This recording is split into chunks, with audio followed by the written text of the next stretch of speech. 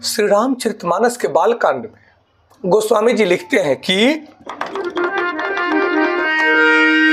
राम कथा सुंदर करतारी, संशय बिहग उराव निहारी।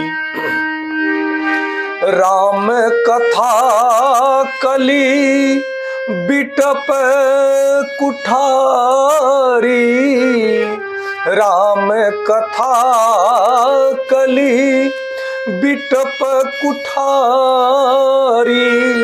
सादर सुनु गिरी राजकुमारी,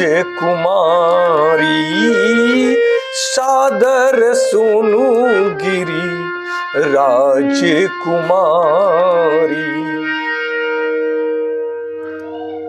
भगवान शिव जी कहते हैं कि राम कथा सुंदर करतारी, संशय बिहग उराव निहारी। राम कथा कली बिटप कुठारी, सादर सुनु गिरिराज कुमारी। भगवान शिव जी कहते हैं गिरिराज कुमारी से, माता पार्वती जी से, कि भगवान श्री रामचंद्र जी की कथा हाथ की सुंदर ताली है जो संदेह रूपी पक्षियों को उड़ा देती है। जैसे ताली बजाने से पक्षियां उड़ जाती हैं, वैसे भगवान शिव जी कहते हैं कि भगवान श्री रामचंद्र जी की कथा हमारे हाथों की सुंदर ताली है, जिस ताली को बजाने से संदेह रूपी पक्षियां उड़ जाती हैं। फिर राम कथा कलियुग रूपी वृक्ष को काटने के लिए कुल्हाड़ी के समान है। हे गिरिराज कुमारी, तुम इसे आदर पूर्वक सुनो। भगवान शिव कहते हैं कि राम कथा अनंत है, अत्यंत सुंदर है, जो मन के सभी संदेह रूपी पक्षियों को उड़ा करके हमारे मन के अंदर के संदेह को दूर कर देता है। यह कलियुग रूपी वृक्ष को काटने वाली कुल्हाड़ी के समान है। कलियुग में क्या है? छल कपट निंदा क्रोध अहंकार ईर्ष्या द्वेष से सब कलियुग में भरा हुआ है लोग। अगर इस कलियुग रूपी वृक्ष को काटना है तो राम कथा रूपी कुल्हाड़ी की आवश्यकता है। यही इस कलियुग रूपी वृक्ष को काट सकती है। कहते हैं कि हे पार्वती, इसे तुम श्रद्धा से सुनो, मैं तुम्हें सुनाऊंगा। भगवान शिव जी कहते हैं इस चौपाई के रहस्य में आध्यात्मिक रहस्य छुपा हुआ है। इसके गहराई में इस भाव को समझना है कि संदेह हमारे जीवन की सबसे बड़ी बाधा है। जिस मनुष्य के अंदर संदेह उत्पन्न हो जाए, परिवार के प्रति, अपने सहपाठी के प्रति, अपने मित्र के प्रति, अपने संबंधियों के प्रति, अपने प्रति, तो वह जीवन में आगे नहीं बढ़ सकता है। संदेह सबसे बड़ी बाधा है जीवन का, और राम कथा उस संदेह को समाप्त कर देने वाली दवा है। इस भाव को समझना है। कहते हैं कि कलियुग रूपी वृक्ष जो काम क्रोध मोह लोभ ईर्ष्या द्वेष अहंकार से भरा हुआ है, उस वृक्ष के फल है। उस वृक्ष को जो व्यक्ति समाप्त नहीं करेगा अपने जीवन से, उसका जीवन सुखी नहीं रह सकता है। भगवान शिव जी कहते हैं कि भगवान श्री रामचंद्र जी की कथा इन सभी विकारों को जड़ से नष्ट करने की शक्ति रखती है। अर्थात कलियुग रूपी वृक्ष को काट डालने की शक्ति रखती है। यह श्री रामचरितमानस का अद्भुत चौपाई हमारे और आपके जीवन को बदल देने वाली है। इस भाव को समझना है। कहते हैं कि संदेह से यदि मुक्ति पाना है तो भगवान रामचंद्र जी के चरित्र का कथा सुनकर के उस कथा के भावार्थ को अपने जीवन में धारण करें। कि जीवन में यदि स्पष्टता चाहिए तो सही ज्ञान और भगवान के प्रति भक्ति को अपनाएंगे, तभी आपके जीवन की स्पष्ट मार्ग क्लियर हो पाएगा। तभी आप स्पष्ट निर्णय ले पाएंगे, तभी आप अनुशासित कार्य कर पाएंगे, मर्यादित कार्य कर पाएंगे। और संदेश से मुक्ति कब मिलेगी? यह तब मिलेगी जब भगवान के अस्तित्व को आप समझेंगे कि संपूर्ण सृष्टि भगवान की समृद्धि है, सामग्री है, सभी सामग्री भगवान की वस्तुएं हैं। और जो भी आपको लेना है तो भगवान के द्वारा ही आपको प्राप्त होता है। जो बाग का माली है, उस बाग से अगर फल लेना है तो बाग के मालिक की अनुमति लेनी पड़ेगी, अन्यथा आप दंडित किए जाओगे। उसी प्रकार से इस संसार में जो भी कुछ प्राप्त करना चाहते हैं, भगवान के आशीर्वाद के साथ में लेंगे, वह आपके जीवन में फलीभूत होगा।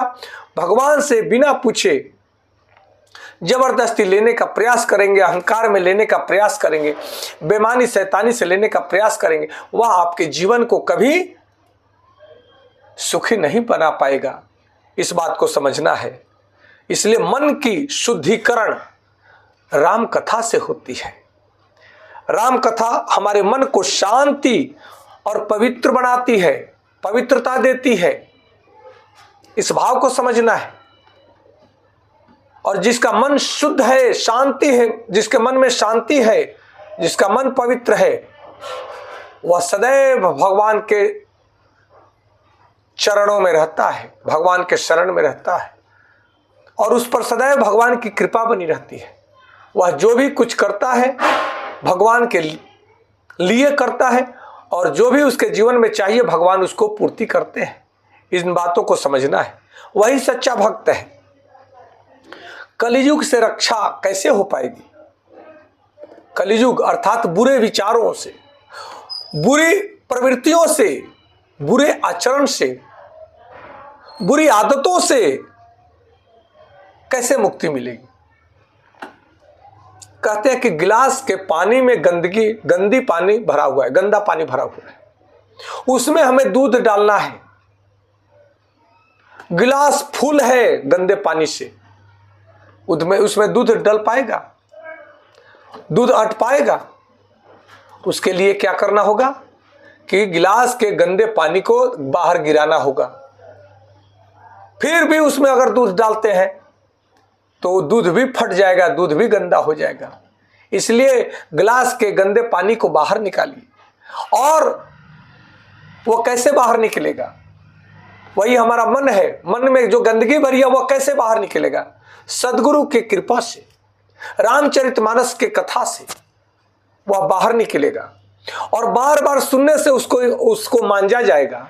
जब मांजेंगे तो उसकी गंदगी साफ हो जाएगी, और तब उसमें दूध रूपी, क्षीर रूपी श्रद्धा, प्रेम, क्षमा, उपकार, दया, करुणा, ये सब उसमें आएगा। तब आपका जीवन बदल जाएगा। इस भाव को समझना है।